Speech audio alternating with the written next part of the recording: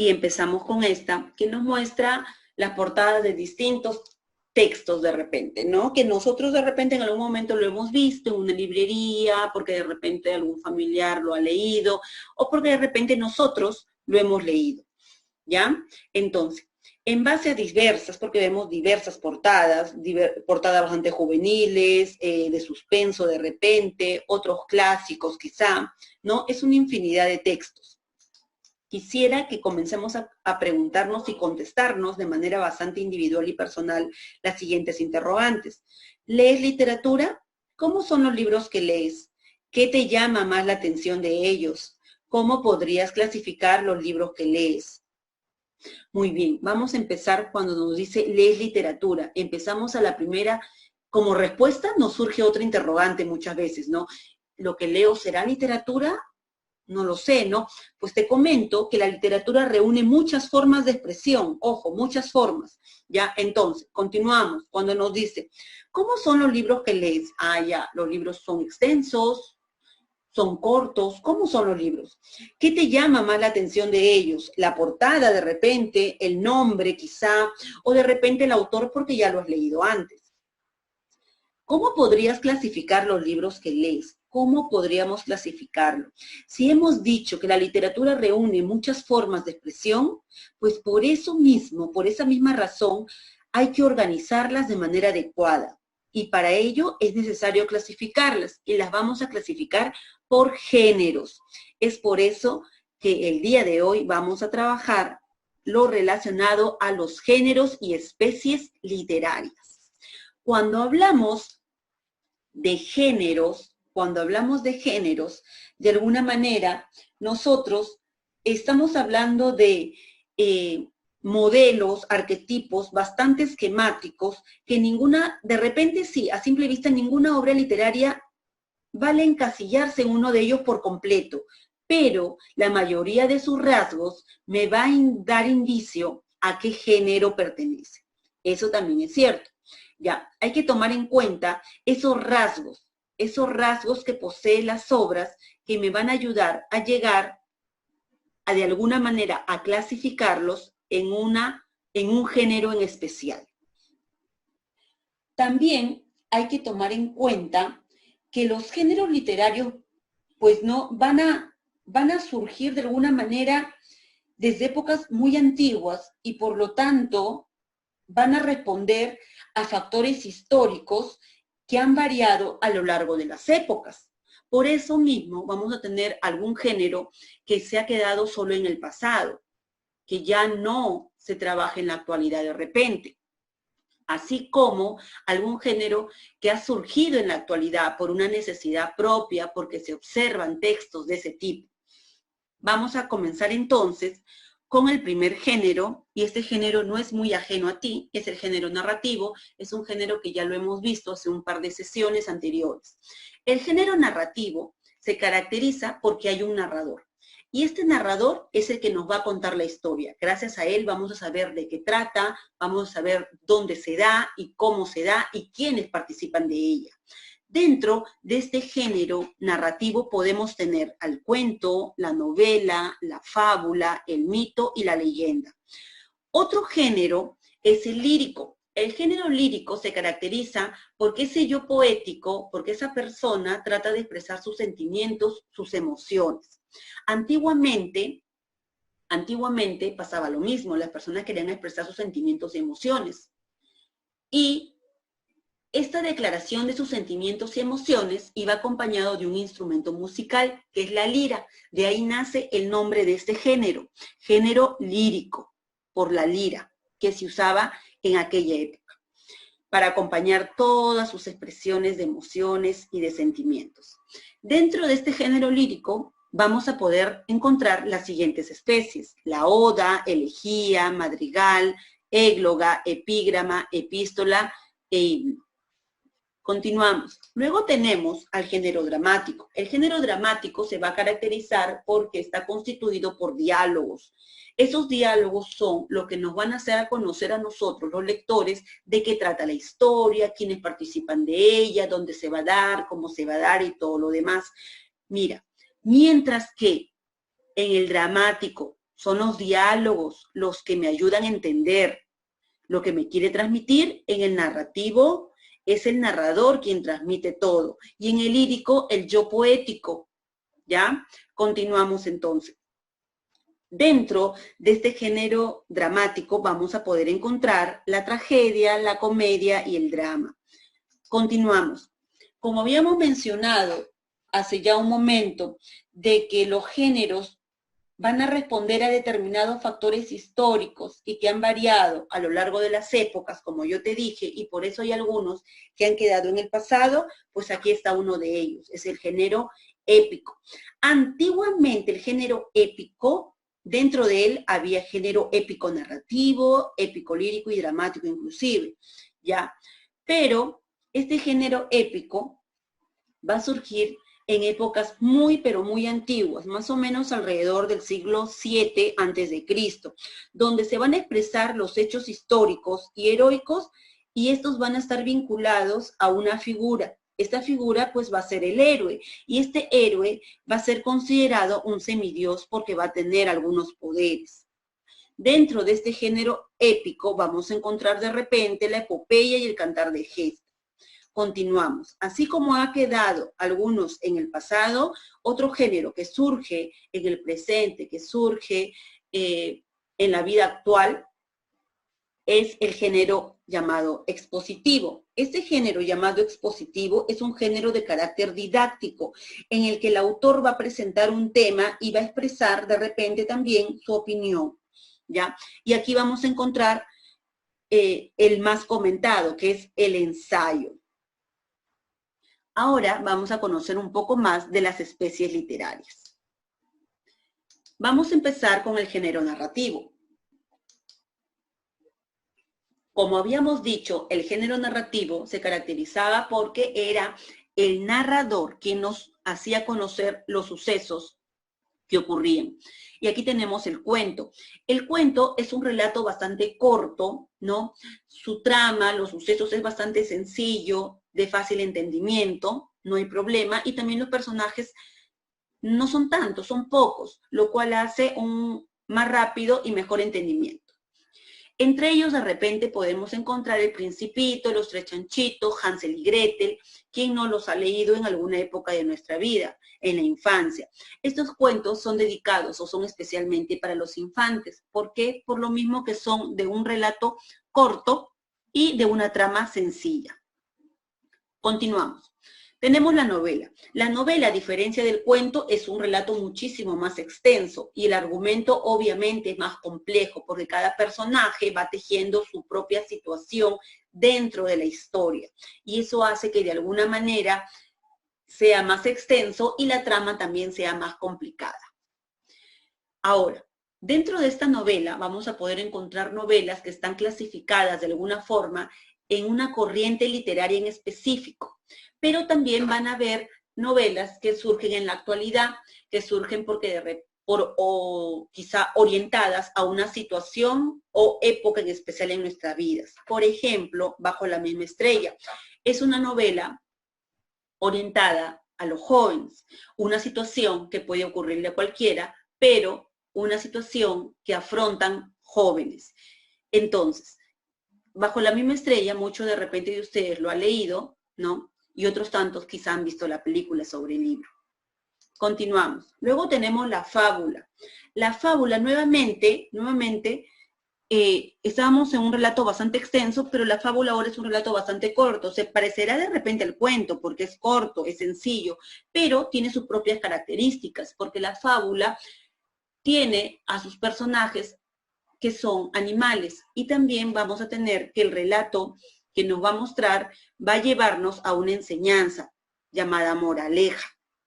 Esta fábula se origina hace muchísimos años cuando se quería enseñar a los nobles. ¿Para qué? Para que estas personas, mediante estos relatos cortos y breves, puedan saber qué es lo correcto y formarse así de manera adecuada porque iban a ser gobernantes. Entonces tenían que formar a personas adecuadas, a personas rectas, a personas con valores auténticos, ¿no? ¿Quién no ha leído La liebre y la tortuga de repente? Donde aparentemente la tortuga, sí, es lenta, es cierto, pero la liebre fue la gran perdedora aquí. Y la tortuga le ganó. La tortuga no le ganó por la rapidez, la tortuga le ganó por su ahínco mostrado, por su persistencia, por estar ahí, por ser constante, mientras que la liebre pecó de egocéntrica y de alguna manera dijo que pues la tortuga no le podía ganar en nada, ¿no? Entonces, eso aprovechó la tortuga, que la liebre de alguna manera se durmió en sus laureles, porque pensó que era mejor que la tortuga. Y la tortuga le demostró que no era así. Y esta fábula por eso nos enseña a que nosotros debemos siempre ser constantes. Por más que sepamos que seamos buenos en algo, no debemos ser conformistas, sino siempre mostrar lo mejor que tenemos. Eso, y también valorar a nuestros oponentes. Muy bien, continuamos. El mito. El mito es una historia fabulosa, sí es cierto, de tradición oral, pero que muestra seres sobrenaturales, ¿ya? Este mito muestra seres sobrenaturales que pueden ser dioses y sirven para explicar hechos o fenómenos en algún momento, en una situación. Aquí de repente tenemos la jarjacha que se cuenta en los Andes del Perú y el muqui que se cuenta en las zonas mineras. Por ejemplo, cuando hablamos de la jarjacha se dice que es un auquénido con dos cabezas, ¿no? Este auquénido con dos cabezas, pues se dice la historia que un hombre, ¿no? Aterrado de repente por ahí con el grito que escuchó, se cruzó con este animal y este animal lo miró y el hombre se quedó convertido en una estatua, ¿no? El único que presenció fue, se dice la historia, que su hijo lo encontró ya convertido en una estatua, no pudo hacer nada. No sabemos si eso sucedió o no, ¿cierto? Es un mito que ha ido de generación en generación de manera oral. Así como también tenemos lo del muqui. El muqui que nace en las zonas mineras, solo en las zonas mineras. Se dice que es un duende que anda en el interior de las minas, ¿no? Luego tenemos las leyendas. Las leyendas es una narración popular que, claro, es un hecho real o fabuloso de alguna manera, ¿no? Y que también ha pasado de generación en generación de manera oral. Pero esta leyenda tiene relatos de sucesos maravillosos o imaginarios, sí, pero dados en un cierto momento histórico, para explicar la razón de algo o la aparición de algo. ¿Quién no ha leído de repente la leyenda de los hermanos Ayer, ¿no? Aquí tenemos, por ejemplo, la huega de Ica y la laguna misteriosa de Lima. La huega en Ica, por ejemplo, aquí, se decía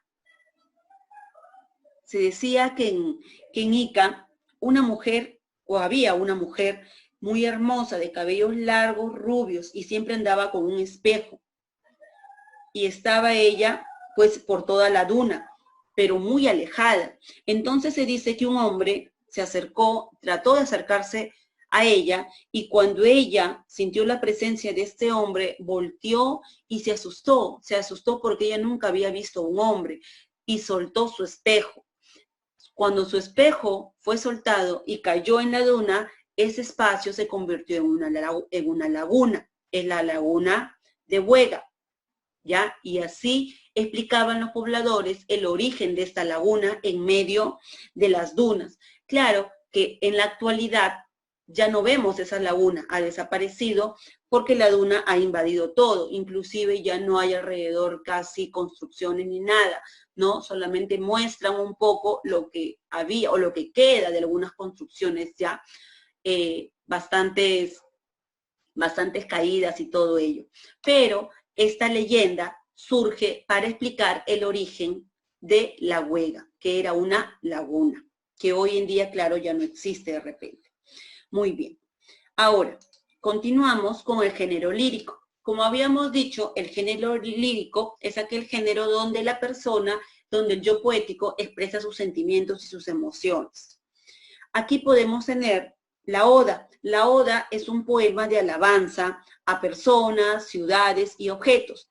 Tenemos aquí un ejemplo de oda. Libro hermoso, libro, mínimo bosque, hoja tras hoja huele, ¿no? Esta es una oda, ¿a quién? Al libro, porque el libro nos da cultura, nos da enseñanza, nos da sabiduría. Una oda a un objeto. La elegía, que es la composición en lamento y tristeza para las ceremonias fúnebres. Aquí tenemos, nuestra vida son los ríos que van a dar a la mar, que es el morir. ¿No? Esta es la copla a la muerte de su padre, de Jorge Manrique, ¿no? Literatura española. Entonces, claramente nos vemos que es muestra de tristeza y es un lamento, porque claramente nos dice, nuestra vida son los ríos, y esos ríos, quiere decir, nuestra vida van hacia la mar, que es el morir, que en algún momento nos va a suceder, ¿no? Y como ya lo habíamos mencionado, se hacían en ceremonias fúnebres. Luego tenemos el madrigal. El madrigal viene a ser un verso de 7 u 11 sílabas métricas. Ojo, son sílabas métricas, no son sílabas gramaticales.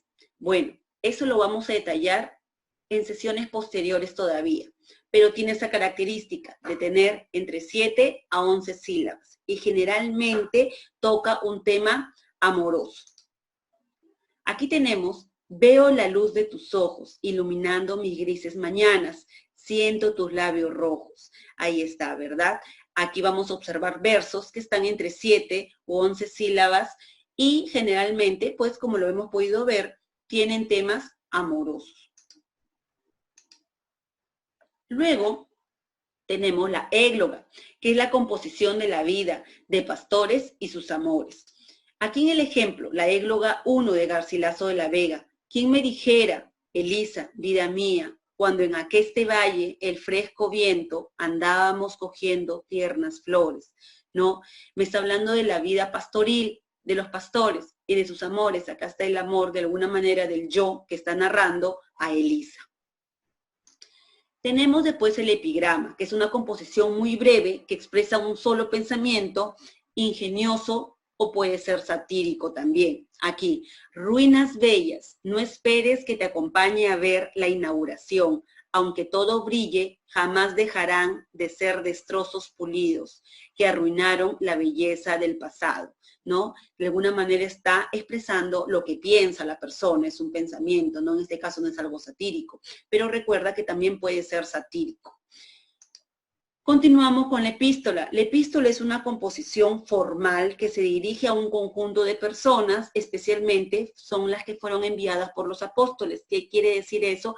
Que lo podemos de alguna manera evidenciar cada vez que estamos en misa, ¿no? Acá podemos tener de repente como un ejemplo la epístola universal de San Judas Apóstol, que invita a los cristianos a amar a Dios y ayudar a quienes tienen dudas respecto a su fe.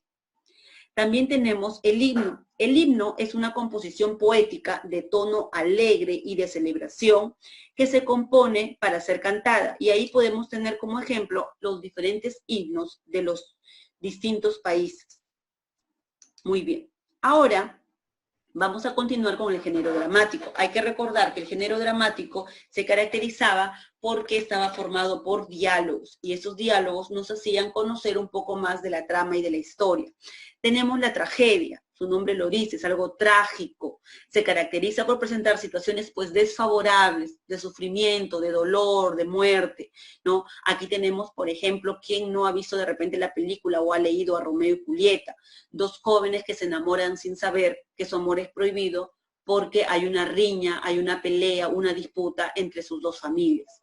O Edipo Rey, que no puede escapar a los augurios del oráculo. El oráculo en aquella época era donde las personas recurrían para saber qué les deparaba el futuro, ¿no? Entonces, el futuro le deparaba para el padre de Edipo que pues se iba a casar e iba a matar se iba a casar con su madre e iba a matar a su padre. Entonces el rey en aquella época obviamente no iba a permitir eso. Lo alejó a Edipo, lo alejó de tal manera que no podía pues llegar a concretarse lo que había mencionado el oráculo.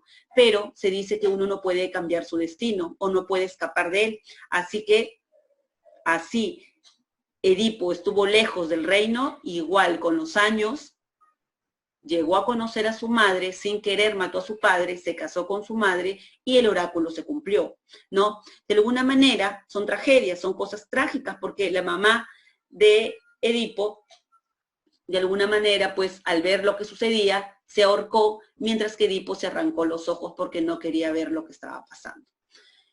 Y así tenemos también lo que es la comedia caracterizado por tramas y narraciones que van a evocar un poco nuestra risa, ¿no? Que tienen un final feliz. Acá podemos tener de repente la literatura española nos puede mostrar de repente a distintos, no solamente la española, sino también la universal, distintos representantes de este género dramático. Aquí tenemos como ejemplo El médico a palos de Molière, El gran dictador de Charles Chaplin. De alguna manera, en El médico a palos, que nos dice que a veces nosotros mentimos, ¿no? La persona por salir del apuro miente y se hace pasar por un médico. Y pasa un montón de peripecias, cosas graciosas, chistosas, es cierto, pero que al final no llega a pasarle nada malo a esta persona que se hacía pasar por médico. Pero sí nos invita un poco, claro está, que no es bueno mentir, pero estas situaciones nos generan bastante gracia, ¿no? Por eso está dentro de la comedia. Luego tenemos el drama. El drama es un género que de alguna manera está dentro del género dramático, es una especie que de alguna manera involucra un poco de tragedia y un poco de comedia, por eso se dice muchas veces se hace la comparación del drama con la vida misma. Nuestra vida misma está sujeta a tristezas, pero también a cosas graciosas, a momentos felices como momentos tristes. Es una tragicomedia de alguna manera, ¿no? Y como lo dice aquí, representa algún episodio o conflicto en la vida de los personajes, ¿ya? Es por eso que un poco que se combina un poco de los dos. Muy bien. Ahora tenemos lo que es el género épico, que ya lo habíamos mencionado. Recuerda que habíamos mencionado que este género épico, de alguna forma, mostraba pues hechos históricos, heroicos, y que estos hechos estaban vinculados a una figura denominada héroe, y este héroe era considerado como un semidios, y es un género que ya ha quedado en la historia, ¿no? Como dice aquí, relata hazañas de un héroe, como el Cantar de Gesta. El Cantar de Gesta, composición poética medieval de carácter narrativo, en la cual pues vamos a darnos cuenta que va a narrar episodios y hazañas de personas legendarias que van a contribuir en aquella época pues a grandes reinos de alguna forma. Y en aquella época se va a transmitir de manera oral y las personas que lo transmitían se van a denominar juglares. Luego tenemos la epopeya. La epopeya es una composición literaria que está escrita en verso, en la que se cuentan hazañas legendarias de personajes heroicos. Está escrita en verso, pero es bastante extensa, ¿ya? Entonces, estos dos géneros, esas dos especies que pertenecen al género épico, de alguna manera nos muestran, pues, hechos históricos y heroicos. Luego tenemos lo que surge un poco en la actualidad, que es el género expositivo, como lo habíamos dicho, que es un género de carácter didáctico. Y aquí vamos a tener al ensayo, ¿no? El ensayo es el que va a consistir de alguna manera en la exposición de un punto de vista personal hacia un tema en específico. Ojo, este tema no es solamente lo que yo opino, lo que yo pienso, sino hay algo previo, una investigación. Yo analizo un tema que he investigado, que conozco, ¿sí? No solamente no es la emisión solamente de un comentario a la ligera, sino de un comentario bien construido, bien analizado. ¿Ya? Por eso decimos que es de carácter didáctico, porque nos va a enseñar algo, porque hay una investigación previa. Y, por ejemplo, dentro de este ensayo inclusive vamos a poder tener aspectos como el lado humanístico, el político, filosófico, cultural, social y así sucesivamente en distintos ámbitos, ¿ya? Entonces, todo esto ha sido a grandes rasgos los géneros con algunas o a gran medida las especies a las que corresponden. Espero que esta información haya sido de mucha ayuda.